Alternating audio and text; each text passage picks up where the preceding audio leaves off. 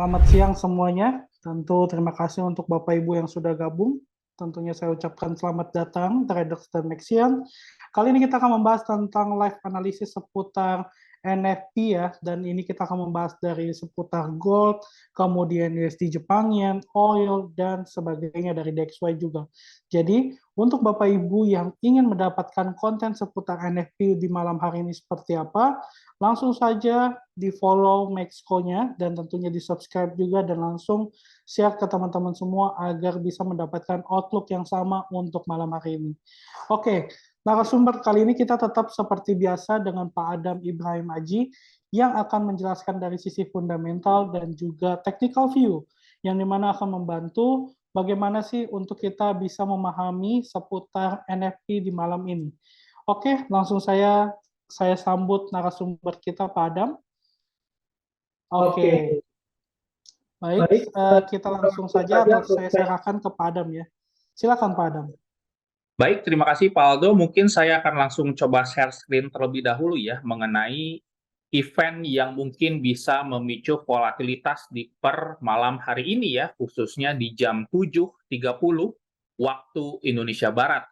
Perlu saya informasikan bahwa pada malam hari ini akan ada event yang ditunggu-tunggu oleh para trader, investor, ataupun beberapa partisipan pasar lainnya berkaitan dengan data US, yakni non-farm payroll, di mana dolar sebelumnya sudah mengalami pelemahan yang signifikan pasca FOMC meeting yang cenderung Federal Reserve akan mempertahankan nilai suku bunga dalam jangka waktu yang lama di angka 5,5%.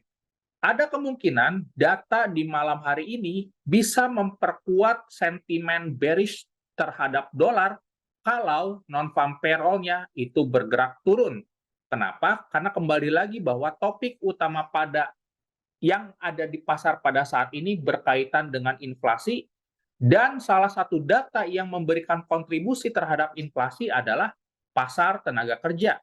Baik itu NFP, baik itu tingkat pengangguran, baik itu upah per jamnya atau average hourly earnings, dan participation rate itu sendiri ya. Dan pada malam hari ini kita akan menghadapi rentetan data tidak hanya NFP, tapi juga ada service PMI dan juga ISM. Ini bisa memberikan market mover di sepanjang jam 9 waktu Indonesia Barat ya, mulai dari jam 7.30 hingga jam 9. Nanti kita akan lihat proyeksi dolar indeks seperti apa, tapi yang jelas bahwa ada kemungkinan kalau sesuai dengan forecast yang dilontarkan oleh pasar di sini, dari angka 336 diproyeksikan akan bergerak turun menjadi 180.000. Bahkan mungkin range-nya di antara 190 hingga 180. Ini merupakan range yang kalau misalkan kita lihat secara angka, ini diproyeksikan akan bergerak turun dari sisi nilai NFP-nya. Oke? Kemudian untuk data unemployment rate atau kalau kita artikan sebagai tingkat pengangguran itu akan steady ya, akan tetap di angka 3,8%. Berarti ini akan cenderung membuat sedikit netral seperti itu. Kemudian average hourly earnings di sini pun sedikit meningkat ya, walaupun meningkatnya sedikit dari 0,2 ke 0,3, ini berpotensi membuat sebenarnya semacam traksi supporting terhadap dolar. Walaupun saya tidak bisa katakan bullish, tapi mungkin kalau data ini meningkat akan sedikit ada supporting. Tapi yang jelas secara year on year-nya untuk upah per tahunnya, upah jam di tahunannya itu akan bergerak turun dari 4,2 ke 4%, which is ini sebenarnya bisa membuat dolar bergerak bearish. Kembali lagi bahwa kita tidak hanya lihat parameter NFP-nya, kita juga perlu melihat keempat parameter hingga ke participation rate ya, yang which is kalau menurut saya nilainya akan relatif sedikit stabil di angka 62.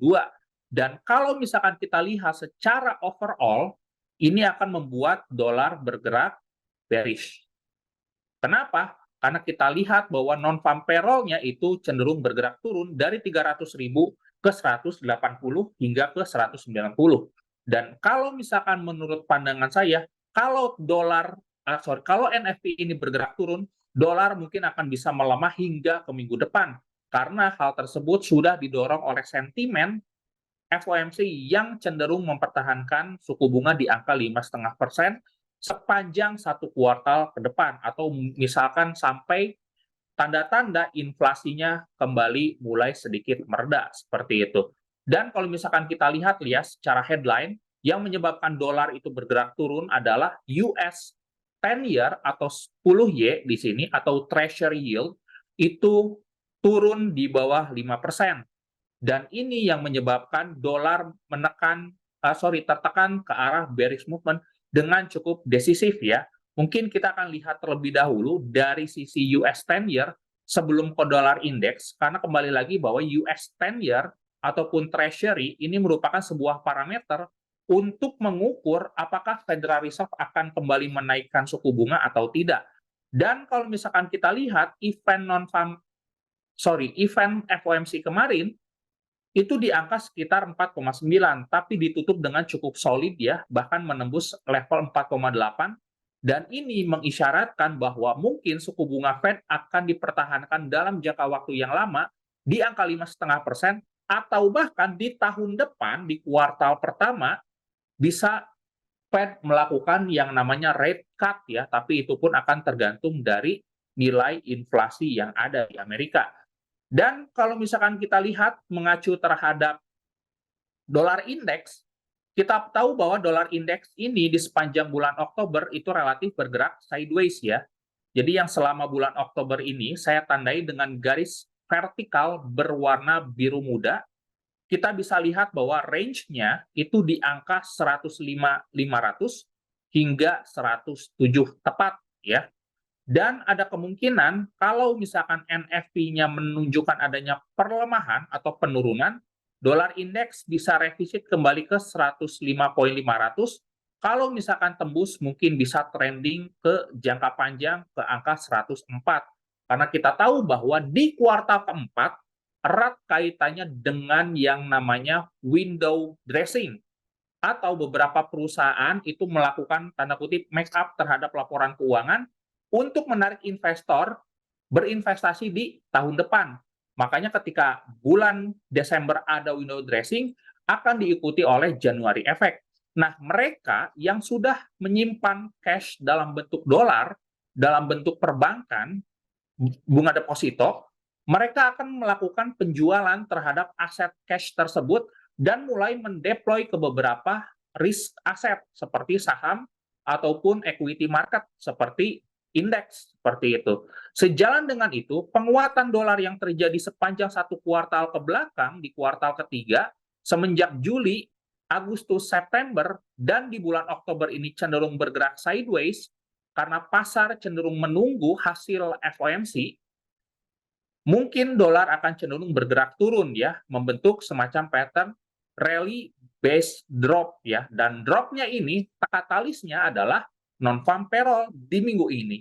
Dan di minggu depan kita juga akan menghadapi rilis data inflasi US atau inflation rate.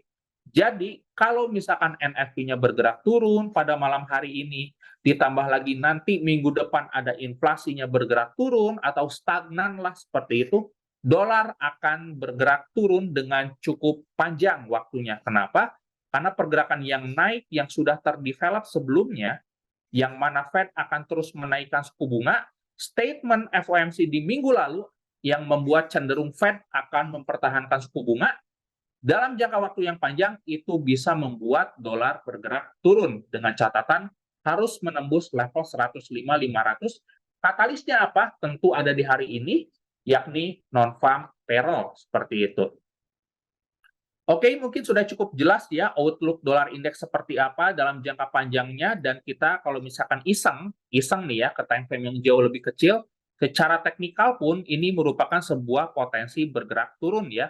Karena kita tahu bahwa di dalam area teknikal di sini beberapa kali harga tertahan ya di angka 107 ini, 1, 2, dan 3. Kalau misalkan kita rapatkan area kotak ini membentuk semacam double top ya kalau dari sini. Dan kalau misalkan kita mengambil kerangka 1 bulan ke belakang, ada semacam top 3 yang tertahan di angka 107, dan katalisnya kalau misalkan benar NFP-nya bergerak turun, maka dolar bisa dengan mudah menembus angka 105.500. Dan ini probabilitasnya cukup besar karena kita tahu di kuartal keempat, berdasarkan seasonality, NFP itu cenderung mengalami penurunan ya, karena kita tahu bahwa lowongan pekerjaan dibuka besar-besaran itu di pertengahan tahun atau di kuartal ketiga. Jadi banyak orang yang baru lulus kuliah atau fresh graduate, itu banyak mereka yang melamar pekerjaan di kuartal ketiga, antara di bulan Juli, Agustus, atau September. Makanya di sini kenapa dolar terus bergerak naik, karena didorong oleh non-farm payroll yang bergerak meninggi juga ya. Kalau misalkan kita iseng, detailkan dari sisi chart non-farm payroll di kuartal ketiga, cenderung bergerak naik cukup signifikan ya, mulai dari Juni, Juli, hingga September. Jadi sangat wajar di sini dolar mengalami penguatan yang signifikan, karena kita tahu di kuartal ketiga, selain dari banyaknya fresh graduate atau orang di Amerika yang baru lulus kuliah, di kuartal ketiga juga erat kaitannya dengan liburan musim panas, jadi spending dan juga konsumsi itu meningkat, dan ditambah pada saat kuartal ketiga harga oil itu meningkat, sehingga sejalan dengan itu dolarnya sedikit mendapatkan traksi penguatan karena ada asumsi inflasi di Amerika akan menguat. Nah, pada saat ini kita tahu harga oilnya sudah bergerak turun ke bawah level 85 ya, kalau saya tidak salah di saat ini 82 ya, dan juga dari sisi NFP-nya kecenderungan bergerak turun, karena seasonality-nya sudah berakhir, di kuartal ketiga genjrotnya sudah berakhir, maka dari itu dolar ada kecenderungan untuk bergerak turun. Ini baru potensi ya. Dan ditambah lagi, kita tahu bahwa di awal atau akhir minggu erat kaitannya namanya profit taking. Tapi bukan berarti saya katakan setiap akhir minggu itu akan ada profit taking, tidak. Tapi potensinya ada. Kalau misalkan benar-benar akan ada profit taking dan benar profit taking itu terjadi, maka dolar akan cenderung bergerak turun dengan cukup drastis atau dengan cukup decisif.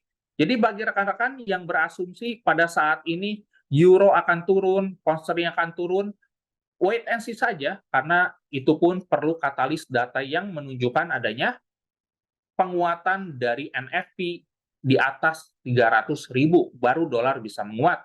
Tapi kalau misalkan di bawah level 300.000, atau bahkan bisa jauh lebih rendah dibandingkan 190 atau 180, maka dolar sudah bisa dipastikan akan bergerak turun dengan cukup decisif, seperti itu. Oke, clear ya mengenai NFT, apa-apa saja yang perlu kita lihat ketika event ini rilis. Kemudian kalau misalkan kita lihat secara tren dari sisi gold, ini perlu diwaspadai ya, karena pada saat ini kita tidak hanya fokus terhadap dolarnya saja, tapi kita juga perlu memantau mengenai tensi di Middle East ya. Karena pada event sebelumnya, dolar dan gold itu bergerak searah, dan juga oil ya ketika event perang Ukraine dan juga Rusia tentunya. Dan di event per kemarin juga, dolar dan juga gold sempat bergerak searah. Jadi untuk pada malam hari ini, anggap saja kita tidak ada tensi yang memanas di Middle East. Jadi kita bisa asumsikan sebenarnya kalau misalkan kita lihat secara teknikal, sebenarnya selama harga gold tidak menembus level support di bawah sini, 1976 atau 1975, sebenarnya proyeksinya masih bisa bergerak naik sedikit ke level 2000 secara teknikal.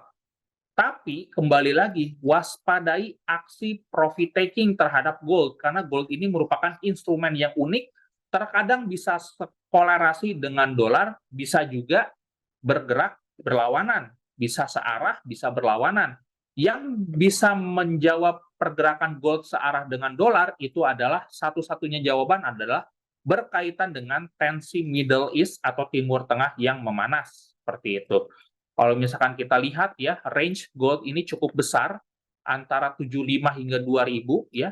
Kita bisa lihat bahwa di sini beberapa kali harga tertahan ya di level 1975. Ini ada 1, ada 2, ada 3 ya. Bahkan tadi malam itu sempat reject di area ini. Dan kalau misalkan kita lihat di time frame yang jauh lebih kecil, relatif akan kecenderungan bergerak naik ya, karena kita tahu ada semacam pattern yang sedikit membentuk inverse head and shoulder. Walaupun saya tidak senang ya ini mengatakan inverse head and shoulder, karena tidak begitu ideal posisinya, karena neckline-nya di sini belum tertembus seperti itu. Tapi kalau misalkan kita mengacu terhadap level-level penting, harga berkali-kali gagal menembus 1976, jadi ada kemungkinan bisa revisit ke level 2000 kalau level 1990 ini ditembus ya. Jadi sementara waktu mungkin akan bergerak naik terlebih dahulu ke level 1990, lihat NFP-nya seperti apa, katakanlah NFP-nya melemah, maka gold mungkin bisa saja revisit ke 2000. Tapi saya tidak yakin akan menyentuh level 2000, tapi potensinya ada ke 2000, mungkin jauh lebih konservatif, kita targetkan di 1996 saja sebagai batas akhir dari sisi gold itu sendiri ya, berkaitan dengan area yang tadinya semacam area support, berpotensi menjadi sebuah resisten ya di area ini tentunya. Seperti itu. Jadi ada harus benteng dulu yang ditembus untuk menembus angka 95 atau bahkan 2000 ya. Seperti itu. Kalau misalkan kita coba iseng menggunakan Fibonacci dari low ke high yang ada di sini, sebenarnya level 9161.8-nya ada di level 1999 ya, mendekati level 2000 kalau misalkan kita ukur menggunakan Fibonacci. Tapi itu pun kembali lagi perlu menembus level 1991 ya, apa yang saya tandai di area ini tentunya. Break dari 1991 maka potensinya akan melanjutkan kenaikan. Seperti itu. Clear ya untuk potensi gold, jadi kembali lagi ada potensi kembali bergerak naik terlebih dahulu at least ke 91. Lihat NFP-nya seperti apa di area 91. NFP-nya melemah maka bisa revisit ke 95 hingga ke 99. Akan tetapi kalau misalkan kita bicara probabilitas yang lain, NFP-nya itu relatif meningkat, maka gold yang tadinya mungkin revisit ke 90 bisa drop dengan cukup kencang ya, karena terdapat data yang unexpected. Kembali lagi bahwa di sini tidak ada yang pasti di dalam pasar dan kita hanya sebagai retail trader tidak memiliki akses yang luas ke dalam pasar, tidak seperti institusi ataupun hedge fund yang dibekali oleh tools-tools canggih seperti Reuters dan juga Bloomberg yang memiliki akses yang luas ke dalam pasar. Kita hanya bisa memantau berdasarkan seasonality itu yang pertama, dan potensi seperti apa berkaitan dengan data-data sebelumnya.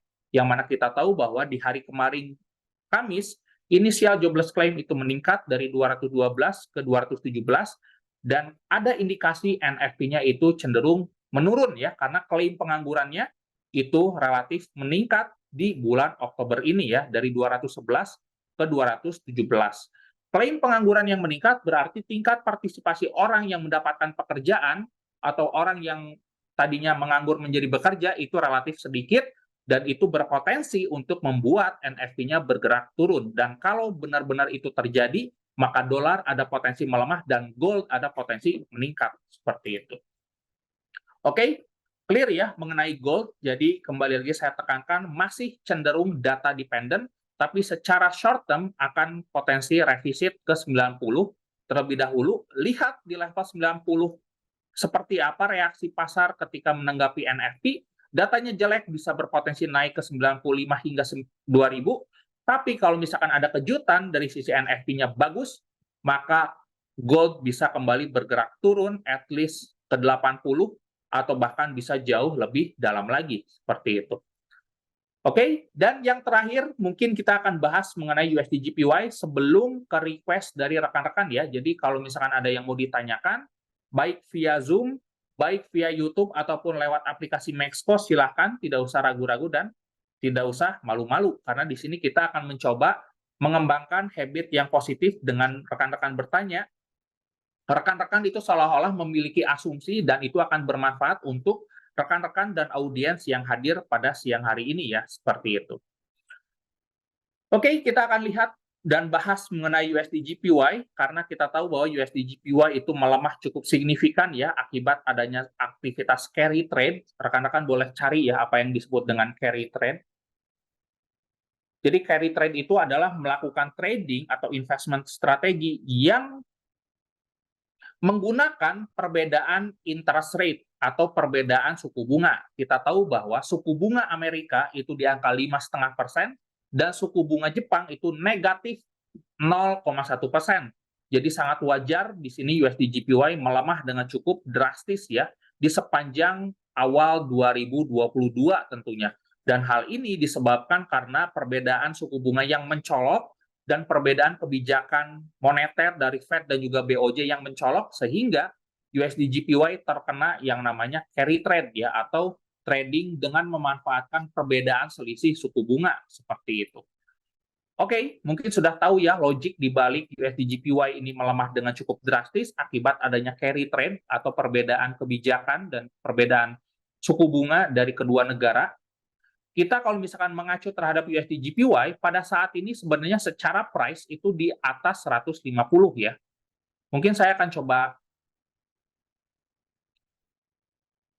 buat level psikologi 150, ini adalah sebagai support yang sangat-sangat menentukan apakah USD JPY akan melanjutkan kenaikan kembali atau tidak.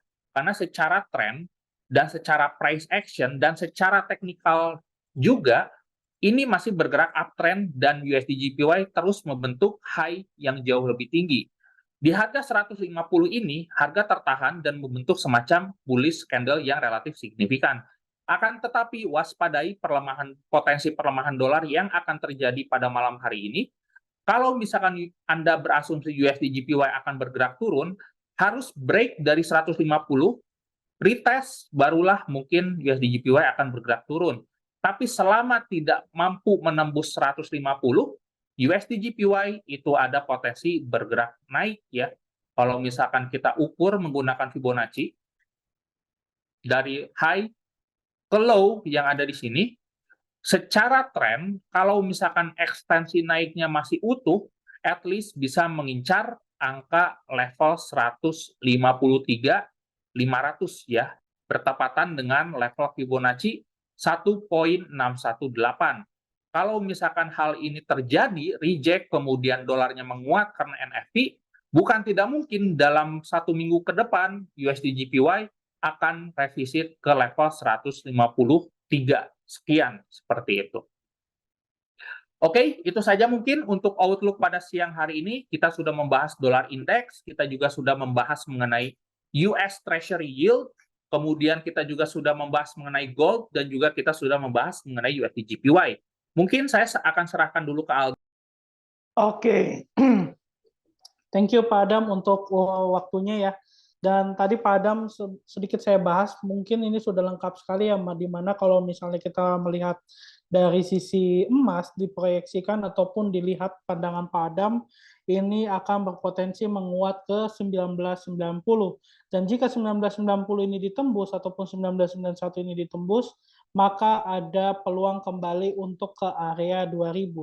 Nah, kemudian kalau kita bahas dari sisi DXY, bahwa tadi kalau misalnya teman-teman memperhatikan ada potensi terbentuk rally base drop ya, ketika dia sudah terjadi kenaikan selama berkuartal ya, dari 3 kuartal itu naik, kemudian terjadi sideways, dan nanti ketika dia break area 105,5, dan ketika itu dia akan melanjutkan penurunan hingga 103. Kemudian yang terakhir itu kalau misalnya saya rangkum juga USD JPY masih akan terjadi pelemahan dikarenakan memang DXY sedang terjadi pelemahan. Nah, Pak Adam, di sini ada yang request untuk mengenai saham US dan indeks, di mana di sini ada request Nasdaq, Tesla, dan Netflix. Mungkin boleh di-sharingkan bagaimana untuk perkembangan 3 ini, Pak. Silakan, Pak Adam.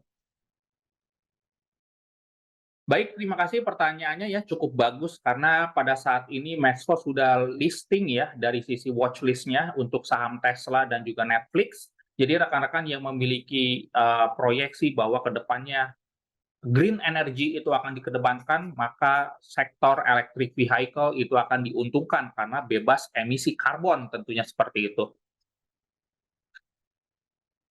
Oke, mungkin saya akan ke rotasi aset terlebih dahulu ya mengenai saham Tesla. sebelum nanti ke Netflix dan juga kita akan bahas salah satu indeks Nasdaq ya. Oke, nah untuk Tesla kita tahu bahwa indeks malam US itu menguat ya, tadi malam indeks US itu menguat, dan secara price kita lihat bahwa di sini mungkin saya akan ubah ke time frame daily. Dari sisi Tesla sebenarnya sangat menarik untuk melakukan pembelian karena secara harga baru saja revisit support 200-nya di sini ya. Harganya tertahan di level 200, dan kalau misalkan kita ukur menggunakan Fibonacci, dari titik low yang ada di sini ke titik high itu tertahan di level 0,5 ya. Tapi kalau misalkan saya coba iseng di sini tertahan di level 0,618, tapi saya jauh lebih ideal untuk mengambil titik low yang ada di sini seperti itu. Ini akan jauh lebih memberikan preferable dari sisi level-level yang jelas adalah sebuah level confluence yang sangat penting.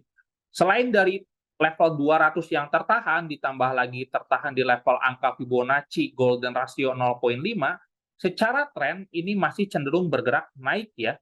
Kenapa? Karena secara price dalam jangka besarnya di sini ini sudah cenderung bergerak uptrend ya. Sudah bergerak membentuk high yang jauh lebih tinggi sebanyak 2 kali. Jadi ada indikasi selama harga misalkan bertahan di atas level 200, maka Tesla itu secara outlook akan kembali bergerak naik. Untuk targetnya, mungkin saya akan gunakan kembali Fibonacci. Dari titik low di sini, mungkin saya akan targetkan itu di sekitar 314 ya. Ini untuk target Tesla dalam jangka waktu panjangnya. Mungkin rekan-rekan bisa tahan kurang lebih sampai bulan Maret ya. Akhir Maret itu di kuartal pertama 2024, mungkin saya akan letakkan di sini.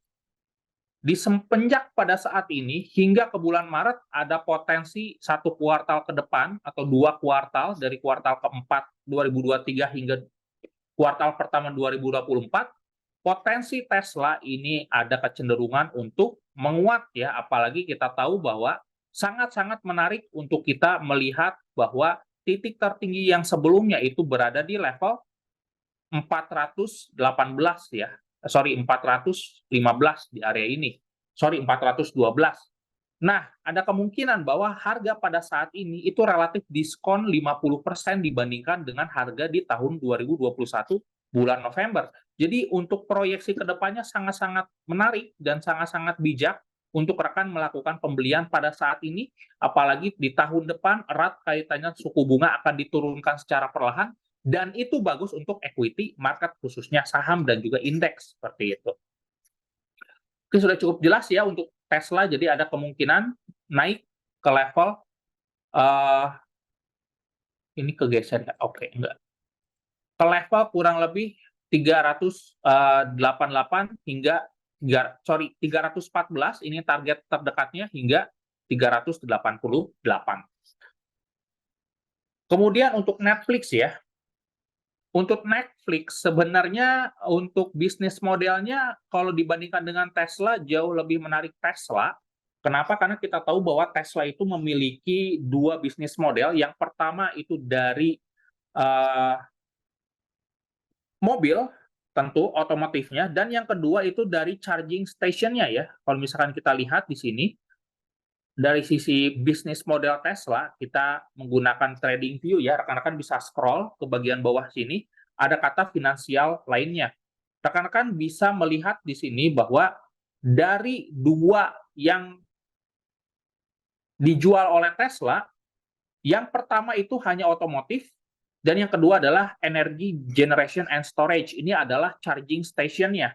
Jadi beberapa mobil listrik yang ada di dunia, itu ada potensi charging station-nya itu digeneralisasi harus menggunakan milik Tesla, seperti itu. Jadi itu secara outlook ke depannya sangat-sangat menarik untuk rekan-rekan melakukan investing. Kenapa? Karena kita lihat bahwa di sini penjualannya selalu meningkat dari tahun ke tahun, dan yang terbesar adalah penjualan dari sisi otomotifnya atau penjualan dari sisi mobil listrik itu sendiri. Dan kalau misalkan kita mengacu terhadap hukum dagang, semakin banyak produk yang dibeli, maka profitnya akan semakin bertambah. Kita bisa lihat bahwa di sini perolehan per tahunnya itu semakin bertambah ya. Pendapatannya di sini perolehannya terus bertambah dari sisi EPS-nya tentunya. Kemudian dari sisi laporan keuangan ya, kita mengacu terhadap laporan keuangan. Profitnya di sini pendapatannya selalu bertambah ya, dan kita bisa lihat di sini dari tahun 2016 hingga tahun 2022 yang lalu, pendapatannya selalu meningkat yang ditunjukkan oleh grafik kotak warna biru seperti itu. Ini untuk Tesla ya. Dan yang kedua untuk Netflix, kita akan lanjutkan.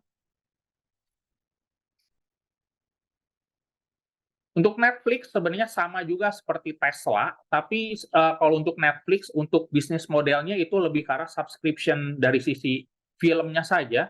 Tapi yang jelas titik tertinggi di sini ini bisa dijadikan acuan untuk rekan-rekan menyimpan target ya.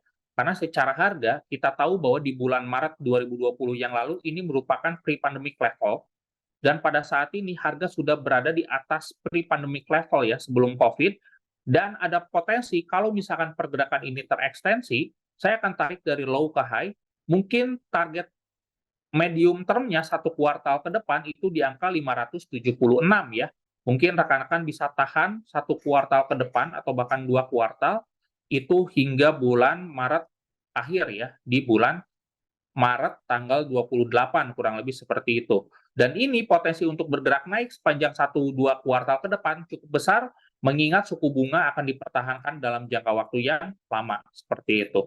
Kalau misalkan coba iseng di sini, dari sisi kondisi perusahaan, pendapatannya sebenarnya relatif stagnan, relatif naik ya, tapi naiknya tidak begitu signifikan seperti Tesla, tapi yang jelas pemasukannya relatif terus meningkat.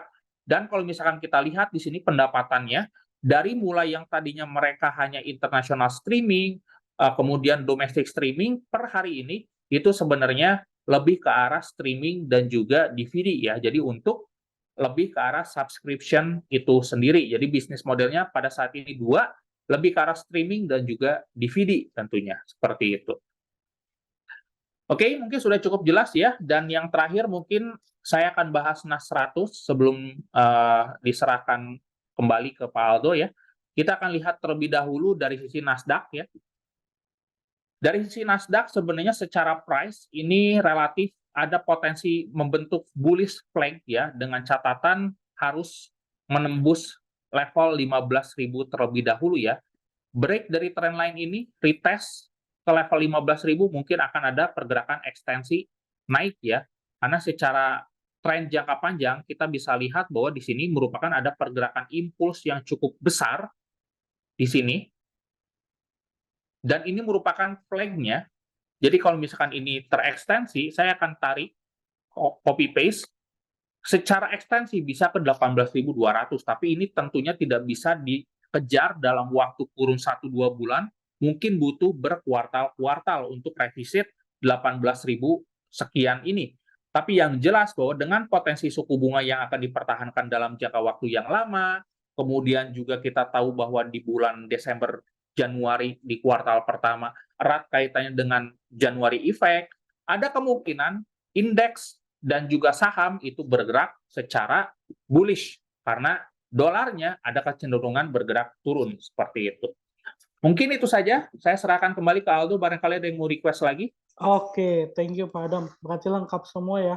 Dan mungkin kalau saya sedikit menambahkan, saya setuju untuk Nasdaq ya, karena memang peluangnya cukup bagus di Nasdaq ini, ada potensi bullish flag, dan selama dia tidak membuat low yang lebih rendah daripada low yang sebelumnya dan terjadi breakout area, maka ini bisa kita manfaatkan untuk melakukan buy terlebih dahulu.